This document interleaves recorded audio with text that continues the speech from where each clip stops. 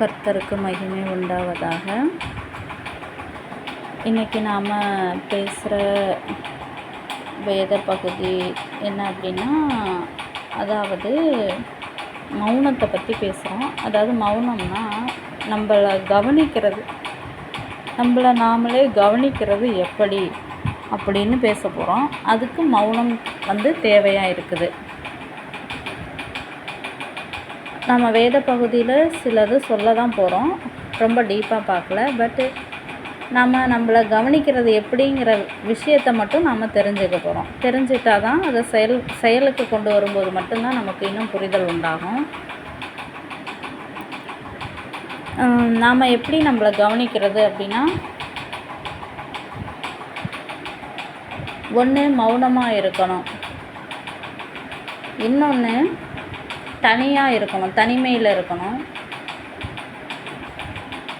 தனிமையிலனா ஒரு எல்லாரையும் விட்டுட்டு ஒரு ஓரமாக எப்போதுமே தனிமையில் அப்படின்னு இல்லை.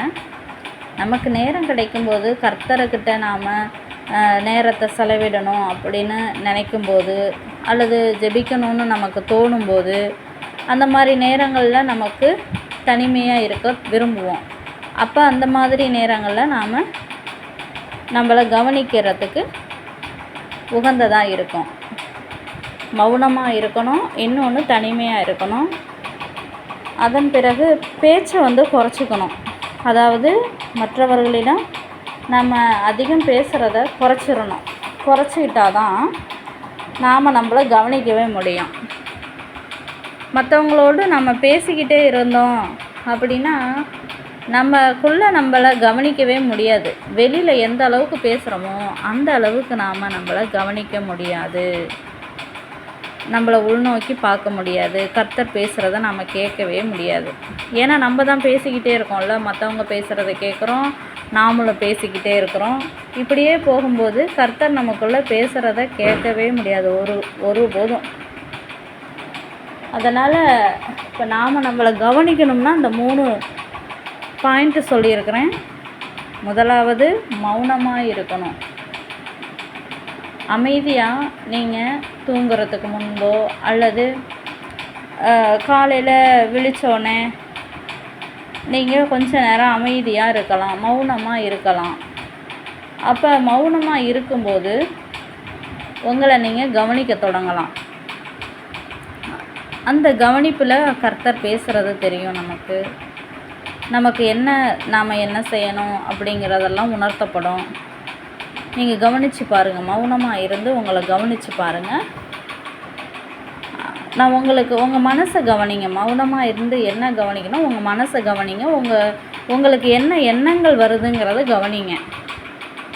அப்படி கவனிக்கும்போது கர்த்தர் பேசுகிறதையும் உணர்ந்து கொள்ள முடியும்.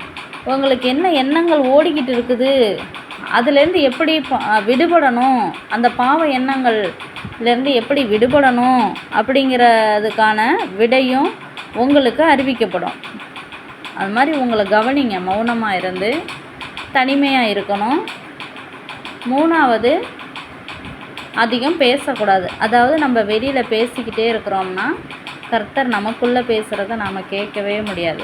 அப்போ நாமளே கவனிக்கிறதுக்கு என்ன பண்ணணும், மௌனமாக இருக்கணும், தனிமையாக இருக்கணும், அதிகம் பேசக்கூடாது, வெளியில் அதிகம் பேசக்கூடாது. வெளி விஷயங்களை நாம் ரொம்ப சிந்தனை பண்ணிக்கிட்டு இருக்கக்கூடாது, வெளி விஷயங்களை அதிகமாக யோசிச்சுக்கிட்டு இருக்கக்கூடாது. நம்மளை நாமளே உற்று நோக்க ஆரம்பிக்கும்போது வெளி விஷயங்களில் நாம் கவனம் செலுத்த தேவையில்லை. நமக்குள்ளே நடக்கிறத நாம் பார்க்க முடியும். நமக்குள்ளே என்ன நடக்குது, என்ன கர்த்தர் பேசுகிறாரு, நாம் எப்படி இருக்கிறோம், நாம் எப்படி இன்னும் மாறணும், என்னவெல்லாம் நம்ம எப்படியெல்லாம் கர்த்தருக்கு உகந்தவர்களாக நாம் இருக்கணும் அப்படிங்கிற எல்லா விஷயமும் நமக்கு அறிவிக்கப்படும். அப்போ அதுக்கு நம்மளை உள்நோக்கி கவனித்தா மட்டும்தான், நம்ம மனதை கவனித்தா மட்டும்தான் நமக்கு இதெல்லாம் அறிவிக்கப்படும். இப்போ நான் நிறைய வீடியோஸ் ஆடியோஸ்லாம் போட்டிருக்கிறேன். அதில் கர்த்தரோட கிருபையினால் தங்களை கவனிக்கிறவங்களுக்கு தான் அது பெரும்பாலும் புரியும். இன்னும் கவனிக்கவே இல்லை, கவனிக்க ஸ்டார்ட் பண்ணலை அப்படிங்கிறவங்களுக்கு இன்னும் புரியாது. அது உங்களை நீங்கள் கவனித்தா மட்டும்தான் இந்த வீடியோஸ் எல்லாமே உங்களுக்கு புரியும்.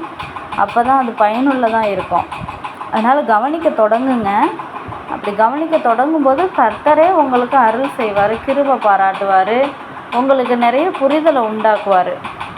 கவனித்தா மட்டும்தான் உங்களுக்கு புரிதல் உண்டாகும். கர்த்தரை பார்க்க முடியும், கர்த்தர் பேசுகிறத கேட்க முடியும், கர்த்தரோட வழியில் நடக்க முடியும், கர்த்தருக்கு உகந்த பிள்ளைகளாகவே இருக்க முடியும். கவனிக்கிறவங்களுக்கு தான் இந்த பூமியில் வாழ்க்கை, பரலோகத்தின் வாழ்க்கை இங்கேயே நம்ம வாழ முடியும். இந்த பூமியில் நம்ம உயிரோடு இருக்கும்போதே பரலோக வாழ்வை நாம் அனுபவிக்க முடியும். அதனால் நம்மளை கவனித்தோம்னா கர்த்தர் யார் அப்படிங்கிறத நாம் தெரிஞ்சுக்க முடியும். கர்த்தர் எப்படிப்பட்டவர் அப்படிங்கிறதெல்லாம் நாம் உணர முடியும். அதனால் நம்மளை கவனிக்கணும். நம்மளை கவனித்தாதான் கர்த்தரை தேட முடியும், கர்த்தரோட பிள்ளைகளாகவே இருக்க முடியும். அதனால் இந்த 3 பாயிண்ட்டு கடைபிடித்து பாருங்கள். மற்ற வீடியோஸ் எல்லாம் புரிய வரும். நல்லது. கர்த்தருக்கு ஸ்தோத்திரம். கர்த்தர் நல்லவர், அவர் கிருபை என்றும் உள்ளது.